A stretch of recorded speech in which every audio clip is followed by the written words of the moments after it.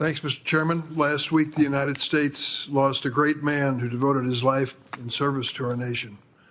In 1968, at the height of the Vietnam War, Robert Mueller chose to enlist in the Marine Corps. He served as a rifle platoon leader. Years later, he said that of all of his accomplishments in his life, he was, quote, most proud the Marine Corps deemed me worthy of leading other Marines.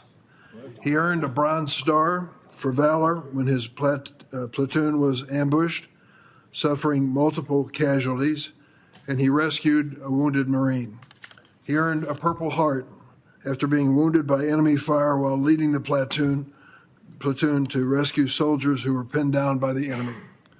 After his military service, Robert Mueller became a lawyer and spent most of the rest of his life in public service. A lifelong Republican, he served for many years as a prosecutor and senior Justice Department official under Democratic and Republican presidents alike. In 2001, President George W. Bush nominated Mr. Mueller to serve as director of the FBI. In 2011, President Obama asked to extend his term by 2 years. The vote to do that was extraordinary. It was 100-0 in favor of Mr. Mueller on the floor of the Senate. Director Mueller led the FBI at a tumultuous time, an historic moment, helping to secure our nation after the worst terrorist attack in our history. He, more than any single individual, was responsible for modernizing the FBI to combat the threats of the 21st century. After 9/11, I was proud to work with him on a bipartisan basis to help update the FBI's antiquated computer system. We didn't always agree, but I always respected him. He was a patriot, a person of honesty and integrity. In 2017, Director Mueller answered the call to service one last time. Deputy Attorney General Rod Rosenstein, a Trump appointee, appointed Mr. Mueller to serve as special counsel to investigate Russia's efforts to interfere in the 2016 election. This, to Donald Trump, was an unforgivable sin.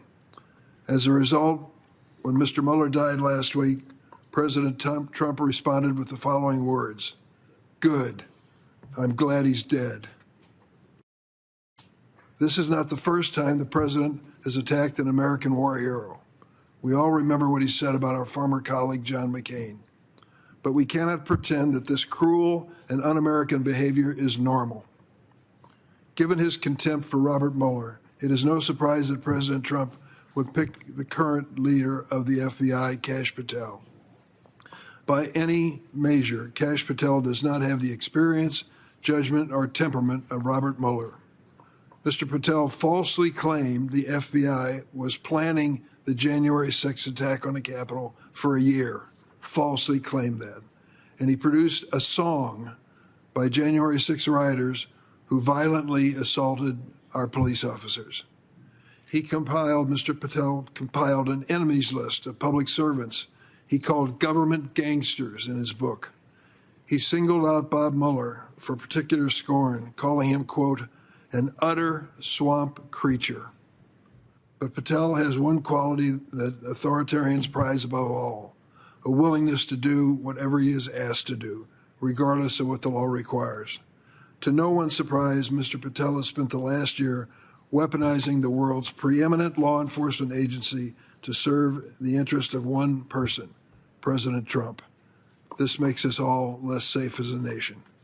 He has fired dozens of career law enforcement agents simply because they were assigned to work on investigations of President Trump's misconduct.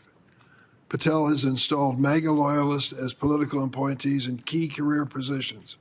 He imposed loyalty tests, requiring FBI officials to undergo polygraph exams about whether they have ever criticized Patel himself.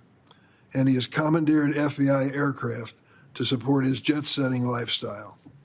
Most recently, Director Patel reportedly fired at least 6 FBI agents because they were assigned work related to President Trump's mishandling of classified documents.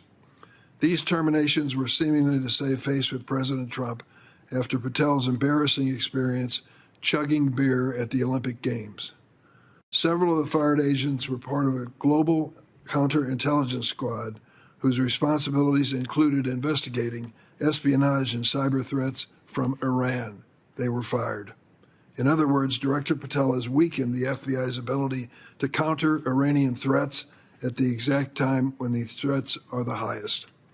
This committee has spent many years debating the merits of the Mueller report, but surely we can agree President Trump's attack on this honorable man is unacceptable and pathetic. And Kash Patel's efforts to undo Director Mueller's legacy and weaponize the FBI have gone too far.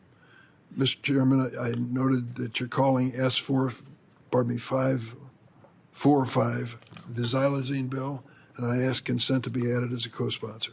You will be added as a co-sponsor.